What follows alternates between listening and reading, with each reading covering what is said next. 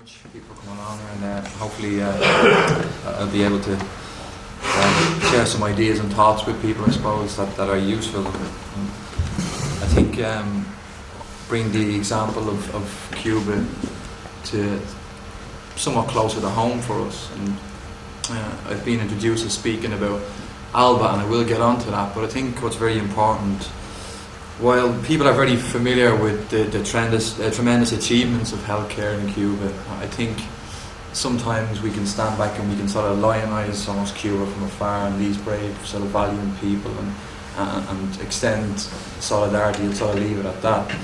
I think I've spent a lot of time in Cuba. I've family in Cuba. I have a great love for the country, a deep love for the country, and what I've come to learn from Cuba is that, you know, Cuba is an example to the world, and it's a living example to the world, and it's an example, I think, that needs to be exported more widely around the world, obviously with its changes and relative to the conditions within which we find ourselves. I am a political activist. I first went to Cuba because I was a political activist in an Irish Socialist Republican, I suppose, and a communist, a Marxist, call it what you will, and Cuba attracted me. I couldn't but go to Cuba, and I spent a lot of time there, and I've tried to study the Cuban process. It is a process. I almost look at it so scientifically, and I think for all the people here who are interested in Cuba, interested in justice and that word socialism, I think we really need to be very interested in Cuba. So it's a very practical reason why I first went, and some of the lessons today, I suppose, I would like to think are practical about what we can do, I suppose. Here, so what I'm really going to do, I'm going to speak about Alba, but I'm going to speak about it in the context of the alternative that Cuba represents, not just in terms of health care, but in terms of its social, political philosophy. And when we speak about Alba, it's economic philosophy. You know, it's the economy stupid. That wasn't Clinton, that was Karl Marx. And again, I think the Cubans have flown a flag that you know is there to be rallied to. And I think the context of the world at the moment and global finance and all of those contradictions are making that very clear again to us.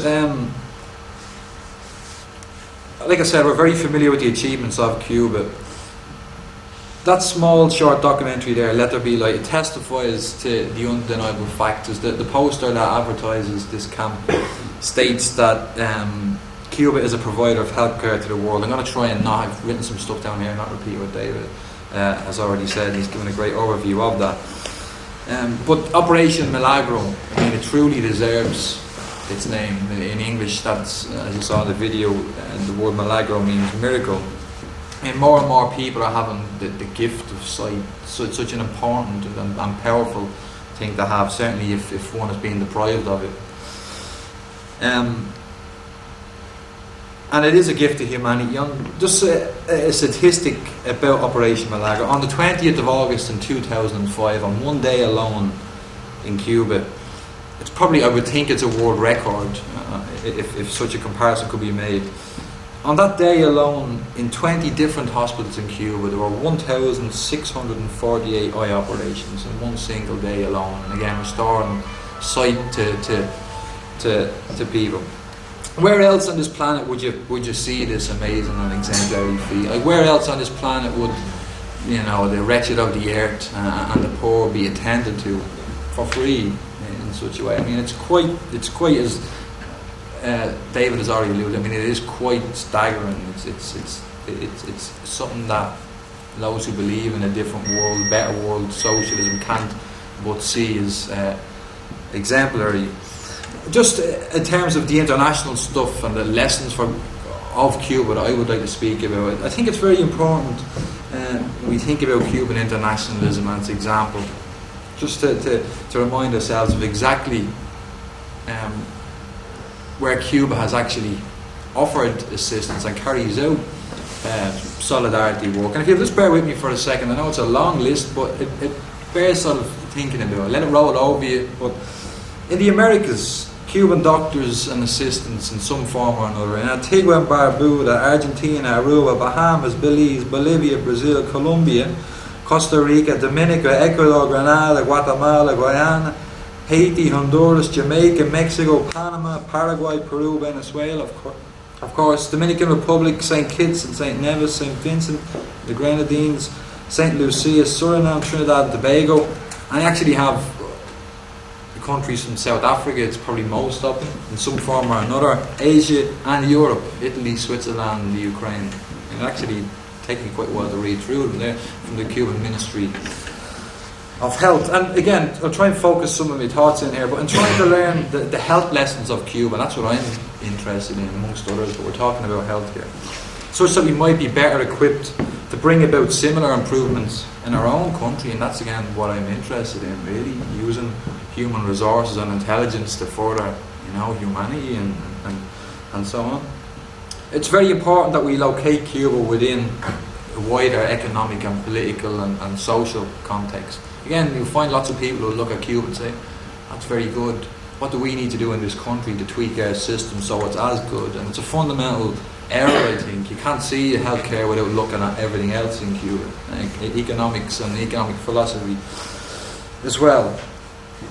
So, speaking at the 50th anniversary celebrations of the World Health Organization, Fidel Castro asked, why, in a world where there is so much wealth, do 12 million children under 5 years of age still die every year? 12 million. Why are 200 million children under 5 years of age undernourished? Why do 250 million children and adolescents work? And why is it that 110 million children do not attend primary school? Fidel asked those questions in 1998. 10 years later, would anyone argue that economically, socially, the situation has got any better for those people? Are we any nearer to ending the fact that more money is spent, vastly superior amounts of money are spent on killing people than healing people? Yeah. Are there any less of these needless deaths of children every year, undernourishment, child labourers, and millions not even receiving the basic education? And of course, Fidel was posing these questions rhetorically to the United Nations, hoping that the conscience of some people would be pricked. He and the vanguard of the Cuban Revolution alike know the reasons why these statistics always stand as an indictment of some sort of notion of humanity having progressed very far.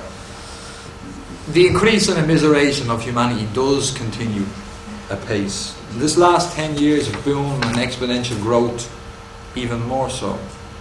All of this, of course, highlights for me, and I think the example of the Cuban Revolution as well, is the impossibility of human advancement under capitalism. Again, bring Cuba back to its example. Its example is the alternative, the opposite to capitalism. People need to get back to speaking about what the Cuban example represents. Cuba has managed to make healthcare in Cuba what it is because it has socialised medicine. It's a very different proposition to what we find usually. Children in Cuba don't die from illness, malnutrition and disease because Cuba is socialist. Look next door in Haiti or some of these places, comparable places. Just in the same way as child labour, as David showed you, and illiteracy don't exist in Cuba. They don't exist because Cuba is socialist. And some of the lessons should sort of flow from that. So I'd like people, again, I'm going to get on to talk very briefly, very quickly about ALBA and the context within which all this happens, which is economic. You can't eat words, you can't heal people with ideas alone. You need to pay for it and have the materials. Just a quote from the US liberal think tank, the Council on Hemispheric Affairs. It's quite a long one, but I think it's very, very, very interesting and very pointed about health in Cuba. From the outset of the revolution, Fidel has made the health of the individual a metaphor for the health of the body politic. Therefore, he made the achievement of developed country health indicators a national priority. Rather than compare Cuban health indicators with those of other countries at a similar level of development in Latin America, he began to compare them to those of the United States itself. This was particularly true for the infant mortality and life expectancy rates that, again, David has shown you, key indicators of health. Both are considered to be proxy indicators for socio-economic development, generally speaking, because they include other indicators as inputs. Basically, the point that they're making here is that a huge amount of things actually contribute to what makes for a healthy person. Sanitation, nutrition, medical services, education, housing, employment, equitable distribution of resources, and economic growth. All of these things are things that input into the health status of a society. It is therefore symbolically important for Cuba to compare favourably with the US. In an effort to demonstrate what Fidel and the Cuban Revolution see as the moral superiority of Cuba's social development policies. It's a very, sort of a bit technical probably, but it very accurately identifies the central objective of the Cuban Revolution. And again, that's the health of people. That's undermining everything, and linked with that, the idea of education, both of these being fundamental requirements for human liberation. Your health is your wealth, as my mother always said. You know, money makes the world go round and all that. Money is most likely probably part of the root of evil, but if you're talking about health, that's where real wealth is.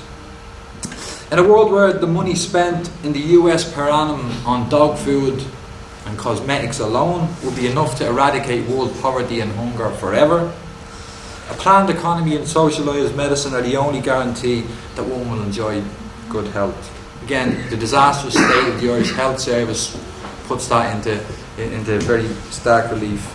Cuba has always flown the flag for the alternative. The senile decay of capitalism, its inability to develop the productive forces for the good of humanity, its inability to employ science for the betterment of people and the cure of people, demands that an economic alternative be found. Cuba has been flying the flag of the alternative for the last 50 years. And just briefly on the wider economic and international context, the beginnings of an international alternative system are taking root through ALBA. That again, David mentioned amongst other things. Cuba has been central to its foundation. Again, trying to extend and export the idea of an alternative system and an alternative economic system. The Bolivarian alternative for the people of our Americas, or ALBA as it is known in Spanish, which also means dawn, is an international cooperation agreement organisation based upon the idea of social, political, economic integration between the countries of Latin America and the Caribbean. It's advocated as an alternative to the free trade agreement as proposed by the US North America. Venezuela, Cuba, Nicaragua and Bolivia are members and have entered into what they term a People's Trade Agreement, which aims to implement the principles of ALBA between these four members and coordinate action across a range of areas. Antigua and Barbuda, St. Vincent, the Grenadines, Ecuador, Dominica and Honduras have also all joined or are in the process of joining. So again, David showed that the map there of South America, this realignment or the pink revolution, not so gone on that term really, but there you go, that's what it's been seen as a leftward swing in Latin America. It's very interesting when you look at the world and Iraq and crisis and capitalism and banks and stuff. I mean, it's the despair of the left internationally, you know, since the fall of the Soviet bloc. I think in the last number of weeks, theory and practice have moved a little bit closer again, or the possibility of them for a lot of people. Anyway, central to the whole of ALBA, David already mentioned, is the Cuba-Venezuelan Accords. Venezuela obviously being key in this regard. It has the financial and economic natural resources. 2004 saw the first of them shared, jointly signed by Chavez and Hugo and Fidel. And basically where this comes into Operation Milagro and into contact with it, was based upon the exchange of medical expertise and resources from Cuba in return for petroleum and natural resources from the Venezuelans. Again, Noel and the details of some of this can probably correct me if it does stand to be corrected. Allegedly, or some of the statistics are that a certain number of thousand barrels flows towards Cuba of oil every day, and this in some regards pays for the unbelievable medical assistance that is given. Again, that's the basis of international trade and internationalism and solidarity. Just to finish off, Operation Milagro is an integral part of this agreement. It and the Alba model, generally speaking, are an affirmation of the principle of socialist international cooperation, and very importantly, and I do mean this with all my heart, a commitment to the future of humanity. As El Che recognised, the life of a single human being is worth 1,000,000 times more than all the property of the richest man on earth. Far more important than good remuneration is the pride of serving one's neighbour. Much more definitive and much more lasting than all the gold that one can accumulate is the gratitude of a people. And I think again that exemplifies the nature of the Cuban Revolution.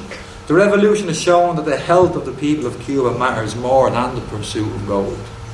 In today's economically disastrous times, that proposition is coming to be seen by more and more people as the only logical and sustaining option facing humanity. So that's it. Come on, Ruth.